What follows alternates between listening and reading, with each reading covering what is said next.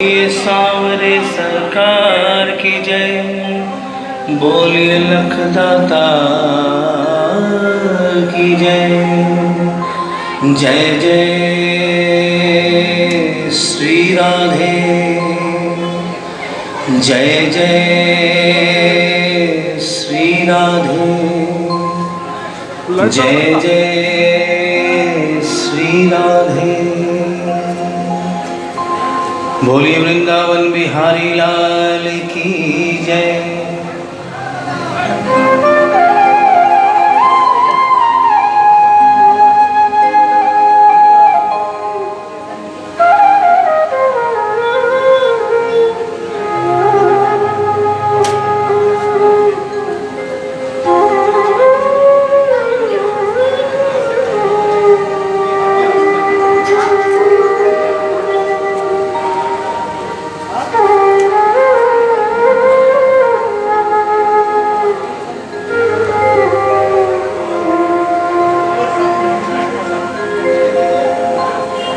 ये भजन जो मैं गाने जा रहा हूँ, ये कोई भजन नहीं है, ये एक सच्ची घटना है। गीता प्रेस गोरखपुर से एक पत्रिका निकलती है, कल्याण, जिसके अंदर ये दिल्ली का वाकया छपा था। इसे आदरणीय जयशंकर जी चौधरी ने भजन का रूप दिया है। एक ऐसी औरत जो बचपन से वृंदावन धाम जाती थी, समय अपने रफ्तार से चलता रहता है।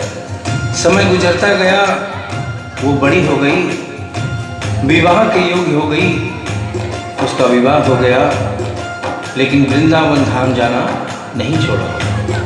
थोड़े दिनों के बाद प्रभु की कृपा से बाल बच्चे हो गए, लेकिन वृंदावन धाम जाना नहीं छोड़ा। समय गुजरता गया, बच्चों की भी शादी हो गई, लेकिन वृंदावन धाम जाना नहीं छोड़ा। नाती पोते हो गए, लेकिन वृंदावन धाम जाना नहीं छोड़ा। लेकिन कहते हैं कि बुढ़ापा एक ऐसा कड़वा सच है जिसे हर इंसान को स्वीकार करना पड़ता है। उस औरत ने जब ये देखा कि अब शरीर साथ नहीं देता, अंतिम बार वृंदावन धाम गई और वहां से कन्हैया की एक पीतल की मूर्ति खरीदकर अपने साथ अपने घर ले आई और बड़े प्यार से उसकी सेवा करने लगी। तो आइए उस औरत की जिंदगी में वो कौन सा वाकया हुआ, वो कौन सी घटना हुई, इस भजन के माध्यम से बता रहा हूँ। भगत के वश में है भगवान, भगत के वश में है भगवान, भगत के वश में है भगवान, भगत के वश में है भगवान। भक्त बिना ये कुछ भी नहीं है, भक्त बिना ये कुछ भी नहीं है, भक्त है इसकी जान। भगत के वश में है भगवान, भगत के वश में है भगवान, भगत के वश में है भगवान, भगत के वश में है भगवान।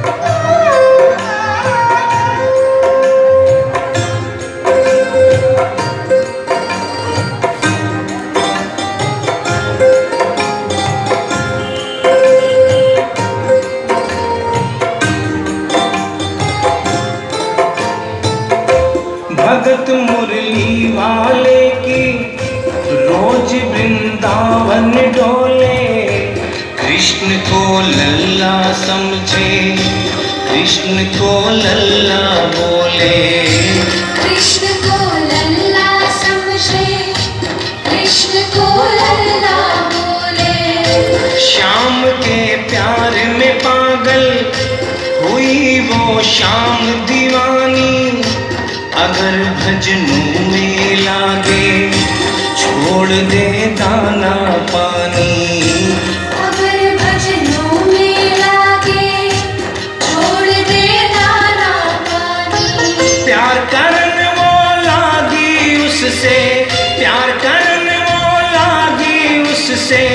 अपने पुत्र समान भगत के वश में है भगवान, भगत के वश में है भगवान, भगत के वश में है भगवान, भगत के वश में है भगवान।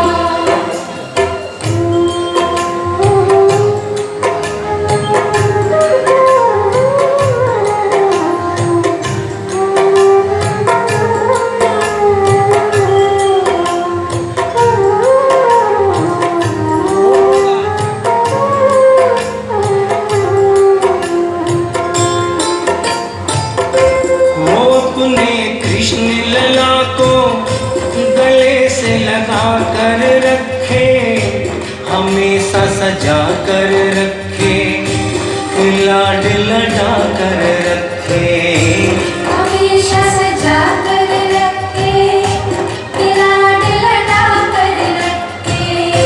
वो दिन में भाग के देखे, रात में जाग के देखे, कभी अपनी कमरे से शाम को झांक के देखे, कभी अपने कमरे से शाम को झांक के देखे। अपनी जान से ज्यादा रखती, अपनी जान से ज्यादा रखती अपने लला का ध्यान, भगत के वश में है भगवान, भगत के वश में है भगवान, भगत के वश में है भगवान, भगत के वश में है भगवान।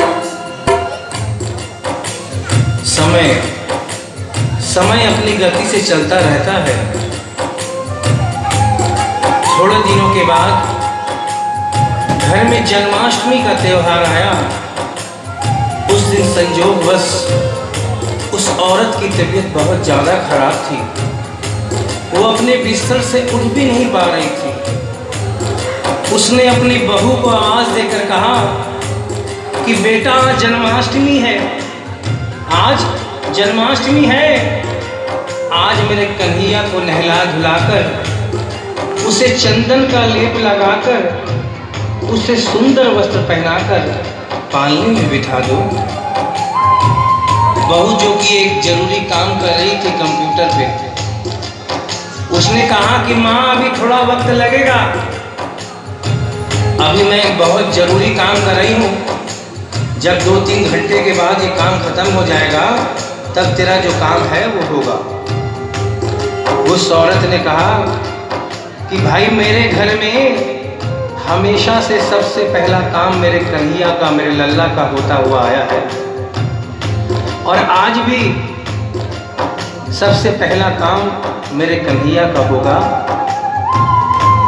ये काम करने के बाद तुम और कोई भी काम करो, मैं तुम्हें मना नहीं करूंगी। बहू को थोड़ा गुस्सा आ गया। उसने गुस्से में आकर, झुंझलाकर झटके से कन्हैया की मूर्ति को उठाया। मूर्ति हाथ से गिर गई, और जो ही मूर्ति हाथ से गिरी, उस औरत के दिल से आवाज आई, वो लल्ला लल्ला पुकारे, हाय क्या जुल्म हुआ रे, बुढ़ापा बिगड़ गया जी, लाल मेरा कैसे गिरा रे, बुढ़ापा बिगड़ गया जी, लाल मेरा कैसे गिरा रे। और अपने बेटे को बुलाती है और कहती है क्या,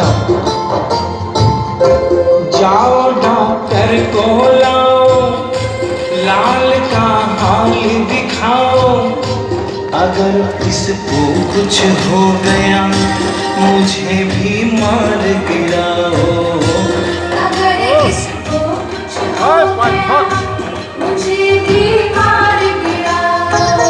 रोते रोते पागल हो गई, रोते रोते पागल हो गई, घर वाले परेशान, भगत के वश में है भगवान, भगत के वश में है भगवान, भगत के वश में है भगवान, भगत के वश